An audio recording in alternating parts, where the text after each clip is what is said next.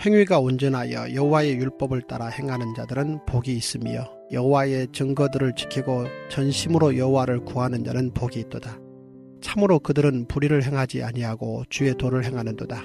주께서 명령하사 주의 법도를 잘 지키게 하셨나이다. 내 길을 굳게 정하사 주의 율례를 지키게 하소서. 내가 주의 모든 계명에 주의할 때에는 부끄럽지 아니하리이다. 내가 주의 의로운 판단을 배울 때에는 정직한 마음으로 주께 감사하리이다. 내가 주의 율례들을 지키오리니 나를 아주 버리지 마옵소서. 청년이 무엇으로 그의 행실을 깨끗하게 하리이까? 주의 말씀만 지킬 따름이니이다. 내가 전심으로 주를 찾아 싸우니 주의 계명에서 떠나지 말게 하소서. 내가 주께 범죄하지 아니하려 하여 주의 말씀을 내 마음에 두었나이다.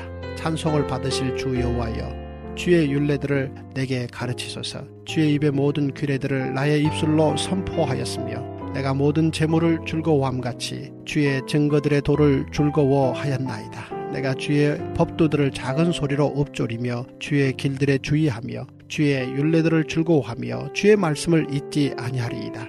주의 종을 후대하여 살게 하소서. 그리하시면 주의 말씀을 지키리이다. 내 눈을 열어서 주의 율법에서 놀라운 것을 보게 하소서. 나는 땅에서 나그네가 되었사오니 주의 계명들을 내게 숨기지 마소서. 주의 규례들을 항상 사모함으로 내 마음이 상하나이다. 교만하여 저주를 받으며 주의 계명들에서 떠나는 자들을 주께서 꾸짖으셨나이다. 내가 주의 교훈들을 지켰사오니 비방과 멸시를 내게서 떠나게 하소서. 고관들도 앉아서 나를 비방하여 싸우나 주의 종은 주의 율례들을 작은 소리로 읊조렸나이다. 주의 증거들은 나의 즐거움이요 나의 충고자니이다. 오늘 읽으신 시편 119편은 성경 전체에서 가장 긴 장으로 유명합니다. 그런데 이 긴 장에서 오늘의 큐티 첫 본문이죠. 1절에서 24절까지의 이 주제가 뭐냐라고 하면 그냥 딱 이렇게 말하면 됩니다. 복된 사람이 누구냐는 게 오늘 말씀의 주제예요. 그러니까 시편을 딱 보고 있으면 시편 1편의 주제가 복이거든요. 그러면 언제나 그 시편에서 복이라고 할 때 그 복을 반드시 뭐하고 연결시키냐면 율법하고 연결시켜요. 그러니까 오늘 시편이 말하는 복된 사람이 누구냐면 율법을 완벽하게 지켜서 행위가 완전한 자예요. 그런 사람이 복이 있는 자라고 하는 겁니다. 자, 그런데 우리가 오늘 말씀을 읽을 때 다시 풀어야 돼요. 어떻게 풀어야 되냐면 우리가 모든 구약의 본문을 읽을 때 반드시 지키셔야 되는 원칙이 하나 있어요. 그게 뭐냐면 반드시 구약은 신약의 해석의 관점, 신약이 우리에게 준 그 빛으로 구약을 해석해야 되는 거예요.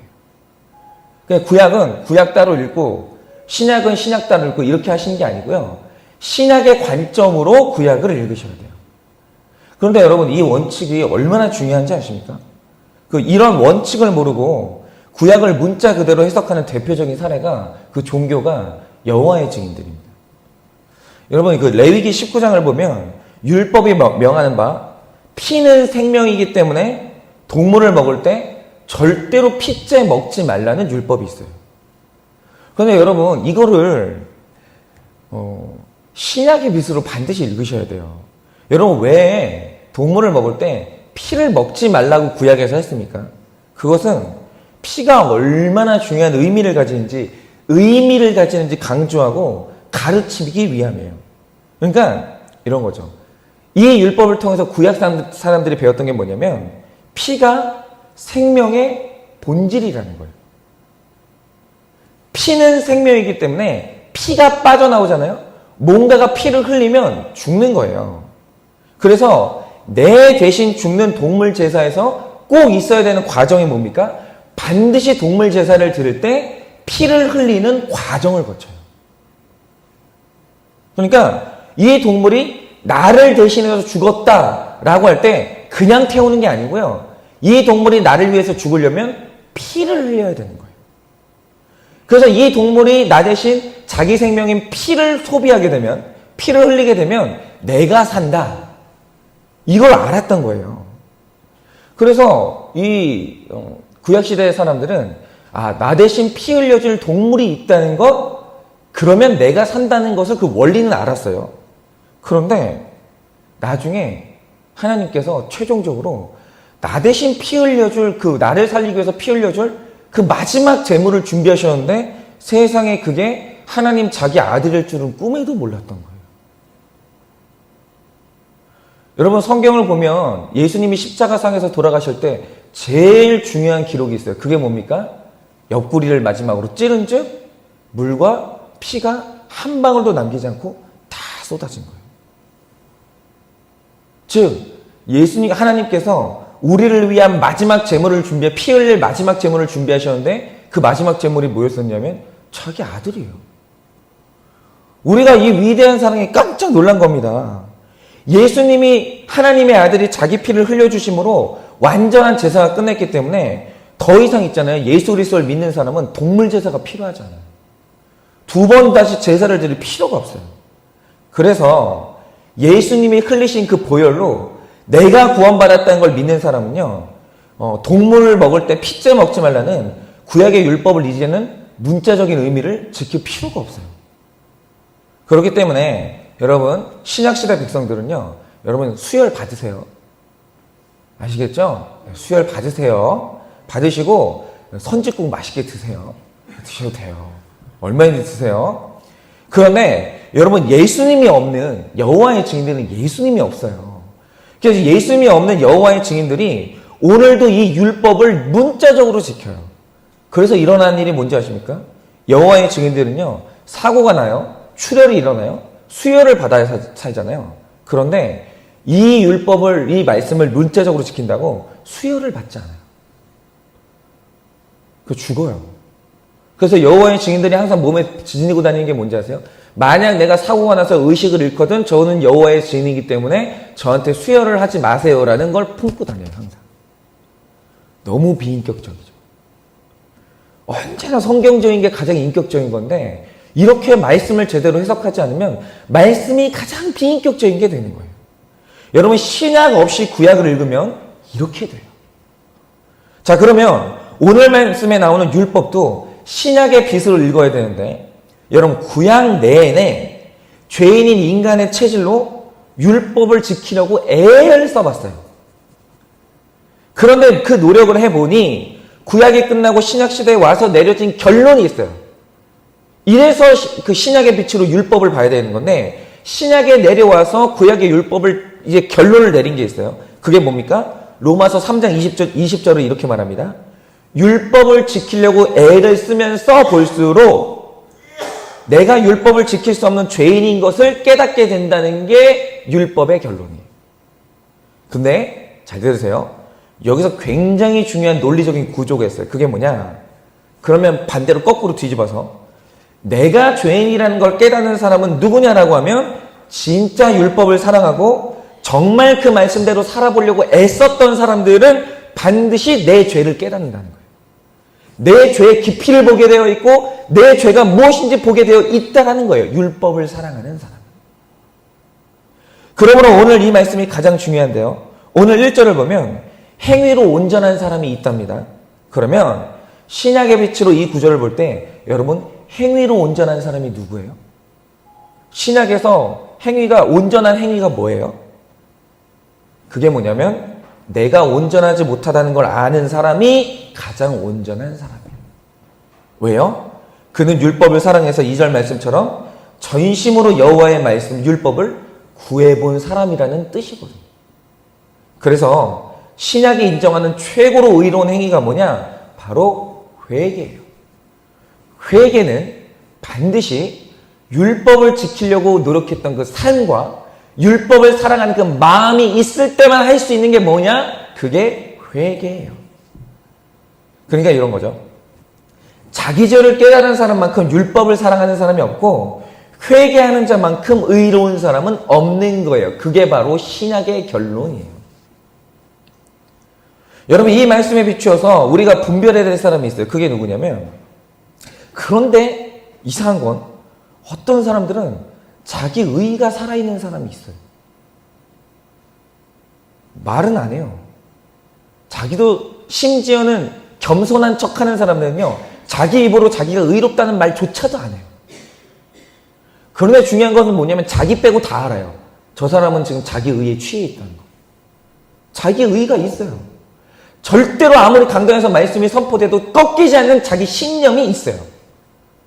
그리고 마음속으로 항상 누군가 한 명 이상은 자기가 정죄하는 사람이 있어요. 의인이에요, 그 사람. 자기 의의가 있는 거예요. 여러분, 분노 있잖아요. 분노라는 그 감정. 사람이 분노가 왜 있는 줄 아세요? 혈기가 왜 있는 줄 아세요? 사람이 자기 죄를 보지 못하고 의의가 있잖아요. 그때 분노가 나오는 거예요. 반드시 분노는 자기 의의와 연결되어 있어요. 그런데 어떻게 하면 100% 죄인인 사람이 자기를 의인이라고 착각할 수 있는 줄 아세요? 자, 오늘 말씀을 비추어 보면 죄를 보는 사람이 누구냐? 4절 말씀처럼 주의 법도를 지키면 반드시 자기가 죄인인 걸 깨달아요. 그런데 자기를 의인이라고 착각하는 사람은 누구냐면 주의 법도가 아니라 반드시 다른 법도를 지키고 있는 사람이에요. 자기는 주의 법도를 지킨다고 생각하겠죠. 그런데 대화를 해보잖아요. 그럼 그 사람이 지키는 법도가 주의 법도가 아닌 걸 알 수 있어요. 다른 법도가 있어요, 지금. 여러분, 여호와의 법도 외에 다른 법도는요, 결국 그것을 만든 존재가 사람이기 때문에 사람이 능히 지킬 수 있어요. 그러니까 지금 다른 법도를 지키는 사람은 전부 자기 마음에 의의가 있다고 보시면 돼요. 내가 의의가 있다. 그럼 다른 법도를 지키고 있는 거예요. 그런데 그 법도라는 게 얼마나 웃긴 줄 아세요? 예를 들어서 여러분, 이 사회를 지탱하는 형법이라는 게 있잖아요. 그런데 자, 모든 그리스도인들은 질서에 순종하기 때문에 반드시 형법을 지켜야 돼요. 그런데 형법은 의의가 아니에요. 형법은 질서지 의의가 아니에요. 여러분, 형법을 지킨다는 게 무슨 의미인 줄 아세요? 제가 설명해 드릴까요? 1977년에 일본이 한번 발칵 2007년인가요? 1997년인가요? 2017년 같은데, 2017년에 일본이 한번 발칵 뒤집힌 사건이 있었어요. 왜냐하면 한 아버지가 자기 친딸하고 성관계를 가졌는데 아버지가 무죄 선고를 받았어요. 왠지 아세요? 형법으로 볼 때 이 딸이 성관계를 거부할 수 있는 상황이었는데 적극적으로 의사표시를 하지 않았고, 당시 상황을 보면 항거불능 상태가 아니었어요. 예를 들어서 딸이 폭행으로 뭐 기절했다거나 아니면 뭐 약물에 취해 있었다거나 이런 상태가 아니었어요. 딸이 충분히 성인이었고 거절할 수 있는 의사표시를 할 수 있는 지적 능력이 있는데 그렇지 않았다는 거예요. 더 나아가서는 뭐냐면 중요한 건 딸이 동의했다는 증거가 있는 거예요. 여러 가지 문제가 있는 판결이었지만 어쨌든 형법상, 일본의 형법상 죄가 될 만한 모든 조건을 피했기 때문에 그날 아버지한테 무죄가 선고됐어요. 여러분, 바로 이겁니다. 이 아버지가 형법을 자기 법도로 지키고 살면 무죄예요. 여러분, 형법이 자기 의면 이 아버지는 의인이에요. 이 아버지는 잘못이 없어요. 아무도 이 아버지를 처벌할 수 없어요. 바로 이겁니다. 여러분, 사람이 주의 법도를, 그런데 이 아버지가 따르는 법이 주의 법도가 되면 이 아버지는 죄인이에요. 자기를 고백하면서 죄를 회개하게 돼요. 여러분, 바로 이겁니다. 사람이 주의 법도를 내 법도로 받으면 반드시 내 죄를 보게 돼요. 그런데 나를 의인이라고 생각하는 이유가 뭐냐? 지금 내가 따르는 법도가 주의 법도가 아닌 거예요. 지금 내가 따르는 다른 법도가 있는 거예요. 그래, 그 법도가 내가 지금 그 법도를 만족시키고 있거든요. 내가 지금 그 법도를 행하고 있거든요. 사람이 할 만한 법도를 지키고 있으면서 지금 나를 의인이라고 착각하고 있는 거예요. 지금 자기가 100% 죄인이라는 게 인정이 안 되는 분은 오늘 자기 안에서 내가 따르는 다른 법도가 뭔지 심각하게 한번 분별을 해봐야 돼요. 여러분, 혹시 여러분이 따르는 법도가 유교 아닙니까?